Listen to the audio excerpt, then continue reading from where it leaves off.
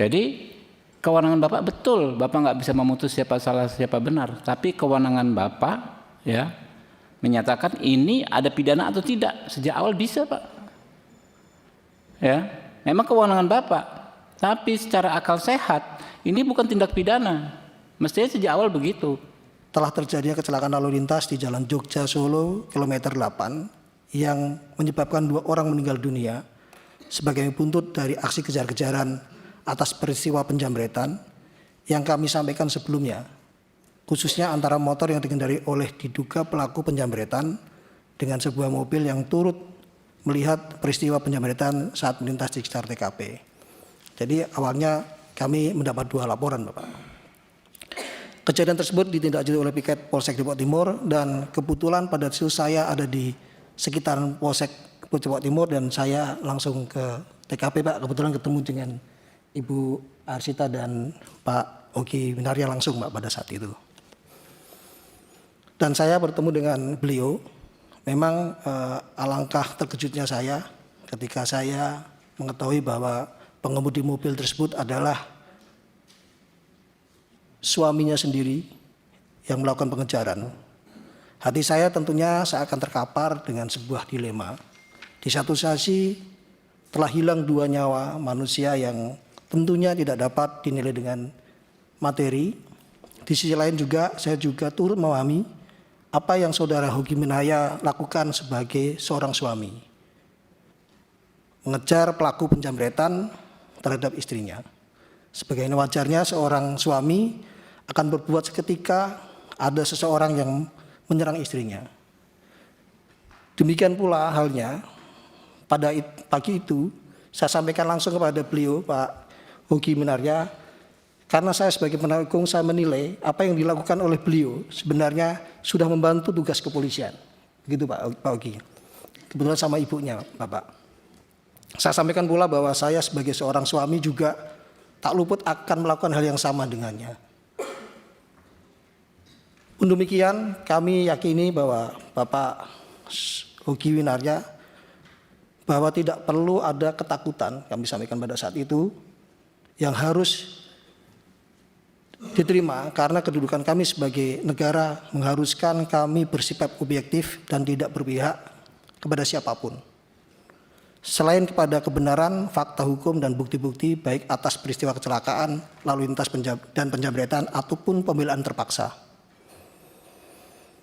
Lebihnya kami sampaikan pula kepada bahwa apabila peristiwa yang sebenarnya adalah sebagaimana Bapak Yogi Minarya sampaikan pada pagi itu, yakni hanya memepet korban. Waktu itu beliau menceritakan pada kami dan kedua korban semata dari jalur dengan sendirinya. Mungkin panik karena dikejar sehingga menabrak tembok dan meninggal dunia. Tentu hal demikian bukanlah sebuah kelalaian atau sengajaan karena ada timbul suatu kausalitas secara langsung antara peristiwa dengan yang lainnya. Sehingga sefitrahnya ketika tidak ada kausalitas antara peristiwa satu dengan yang lainnya, tentu yang demikian bukanlah sebuah pidana.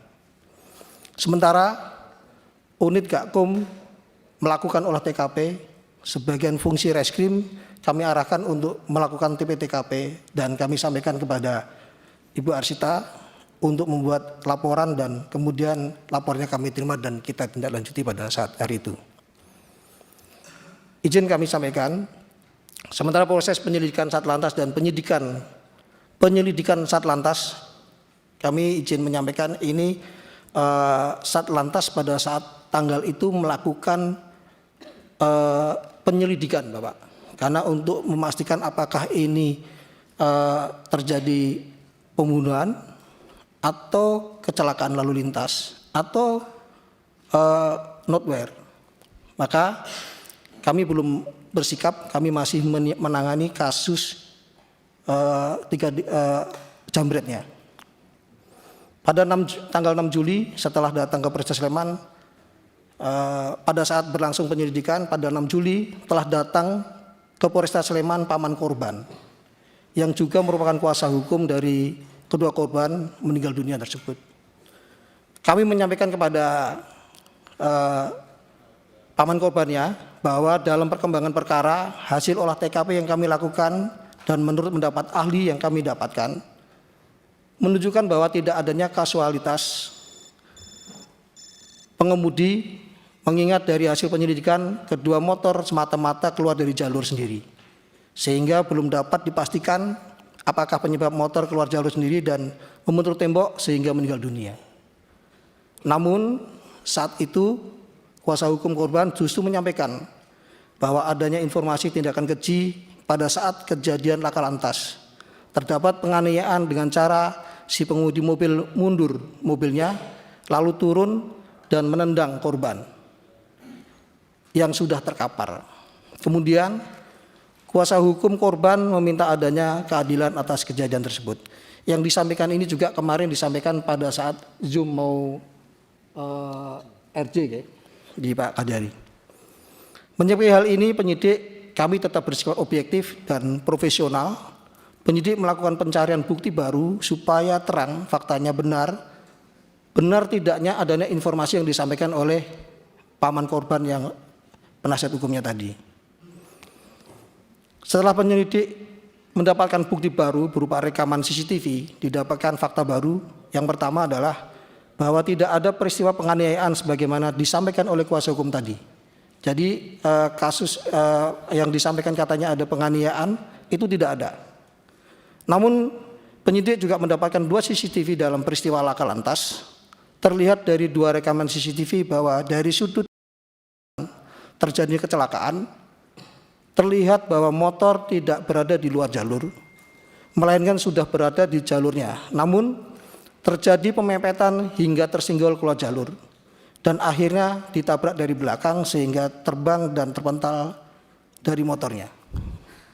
Kemudian adanya 2 temuan CCTV tersebut, penyidik meminta pendapat ahli dengan hasil bahwa menurut pendapat ahli kausa meninggalnya kedua korban adalah sebab ditabrak dari belakang dengan kecepatan tinggi sehingga selain motornya terbang, kedua korban juga turut terpental dari motornya dan menabrak tembok.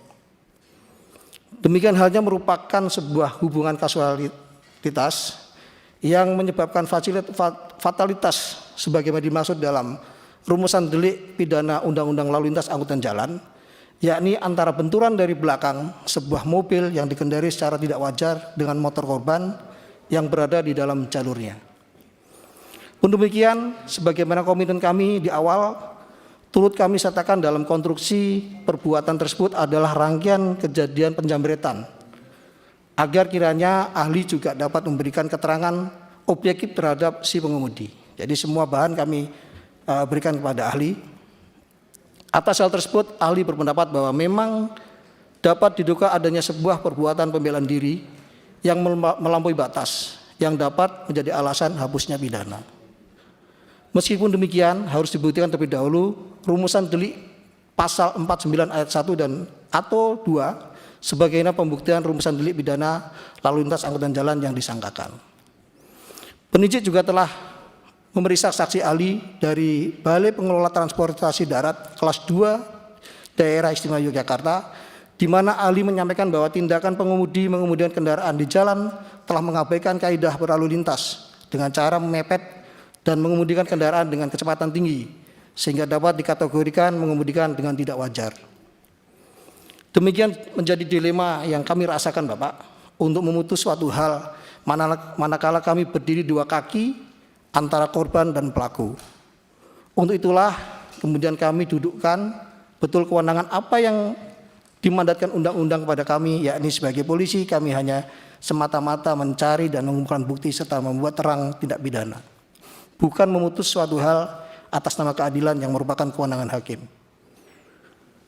Dalam perlindungan diri kami meyakini bahwa benar perbuatan tersebut merupakan bentuk spontanitas dari Bapak Hoki Winaya sebagai bentuk pembelaan terpaksa.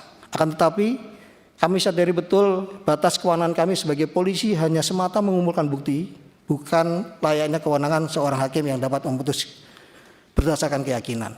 Oleh karenanya, saat kami kumpulkan bukti-bukti, kami buat seterang-terangnya peristiwa tersebut tidak hanya merugikan saudara Hoki, dalam perbuatan laka lantas, namun juga hal menguntungkan saudara Hoki dalam perbuatan pembelaan terpaksa. Untuk ini pula ketika kami terima permohonan tidak dilakukan penahanan dan pinjam pakai barang bukti dari pemohon oleh saudara Hoki, kami pertimbangkan adalah selagi masih batas kewenangan kami terima permohonan tersebut dan tidak kami lakukan penahanan sedikit pun. Dengan pertimbangan supaya yang bersangkutan tetap bisa melanjutkan aktivitas sehari-hari, berkumpul dengan keluarga, serta menyiapkan dalilnya perihal pembelaan terpaksa. Dan dalam hal ini penyidik kami laporkan pada Bapak, saudara Hoki dan kuasa hukumnya sudah mengerti keterbatasan kami dan berkeyakinan pula proses yang kami lakukan dapat dibuktikan dalil pembelaan terpaksa tersebut di persidangan kelak. Izin kami laporkan sepanjang proses penyidikan ini pula kami sudah mencoba berbagai upaya agar masing-masing pihak mau bertemu dan melakukan mediasi dalam rangka terselesainya perkara ini dengan berdasarkan keadilan restoratif. Namun pada upaya ini belum berujung pada bertemunya para pihak, yang mana meskipun penyidik sudah mencoba menginisiasi pertemuan tersebut dengan mengirimkan kontak kuasa hukum satu sama lain, akan tetapi masing-masing pihak terkesan saling menunggu siapa yang duluan karena merasa memiliki pembenaran sendiri. Pada tahap ini pula dapat kami sampaikan bahwa pada saat itu kami terkendala atas batasan kewenangan yang kami miliki sebagaimana diatur dalam Perpol 8 tahun 2021 yang hanya dapat menerima permohonan namun tidak boleh menawarkan. Demikian terbatasnya kewenangan yang kami miliki, padahal penting bagi seorang polisi untuk dapat menawarkan keadilan restoratif kepada para pihak terkait mengingat kompleksitas dinamika di lapangan yang polisi temukan sehari dalam pelaksana tugas, Bapak. Bukan perkara ini saja.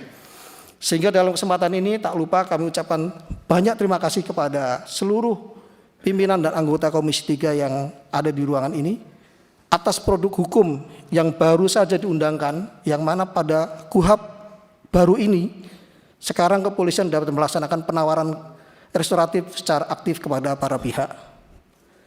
Polisi dapat melaksanakan inisiator dan fasilitator. Akhir kata kami sampaikan kepada semuanya bahwa dalam perihal ini kami sudah berupaya maksimal mungkin membuat seterang-terangannya kejadian sebelumnya dalam bentuk profesionalisme kami. Upaya-upaya yang dilakukan selama proses berjalan saya rasa sudah kami lakukan berdasarkan prinsip due process law serta mengedepankan hak-hak tersangka tanpa melanggar batas kewenangan kami. Pelanggaran sebatas kewenangan yang kami maksud tersebut tentu kami hindari agar tidak terjadi kesewenangan dalam proses peradilan pidana yang kami emban. Kami mohon maaf juga kiranya ada hal yang kami lakukan terkesan tidak manusiawi di publik. Kepada publik semuanya, percayalah kami juga sama terkejutnya ketika banyak opini menyatakan kami melakukan penahanan terhadap tersangka. Sementara pada faktanya bahkan ketika kuasa hukum meninggal dunia atau pelaku jambret bersurat kepada kami merasa keberatan saudara Hoki tidak dilakukan penahanan serta memohon agar kami melakukan penahanan terhadap saudara Hoki, kami tetap berpegang teguh tidak melakukan penahanan kepada beliau. Demikian yang kami jelaskan, kami aturkan terima kasih kepada Komisi 3 DPR RI yang telah memberikan ruang aspirasi terkait permasalahan ini. Kami aturkan pula ucapan terima kasih kepada semua yang ada di sini, kepada netizen masyarakat Indonesia. Tentunya kami juga memohon maaf atas permasalahan ini sehingga menjadi perhatian publik. Pada kesempatan ini kami ulangi, kami mohon maaf, kami akan bekerja sebaik mungkin dalam melaksanakan dan menyelesaikan perkara ini. Demikian kami akhiri. Wassalamualaikum warahmatullahi wabarakatuh. Waalaikumsalam. Jadi sebelum ke Pak Kajari, Pak, saya jadi semakin jelas gitu loh, bahwa sejak awal bermasalah. Ini kan nggak ada penganiayaan. Tadi dia main tuduh, katanya ditendang nggak terbukti. Keluar jalur, katanya memang karena dipepet. Ya dipepet lah nama yang ngejar maling. Gimana menghentikannya?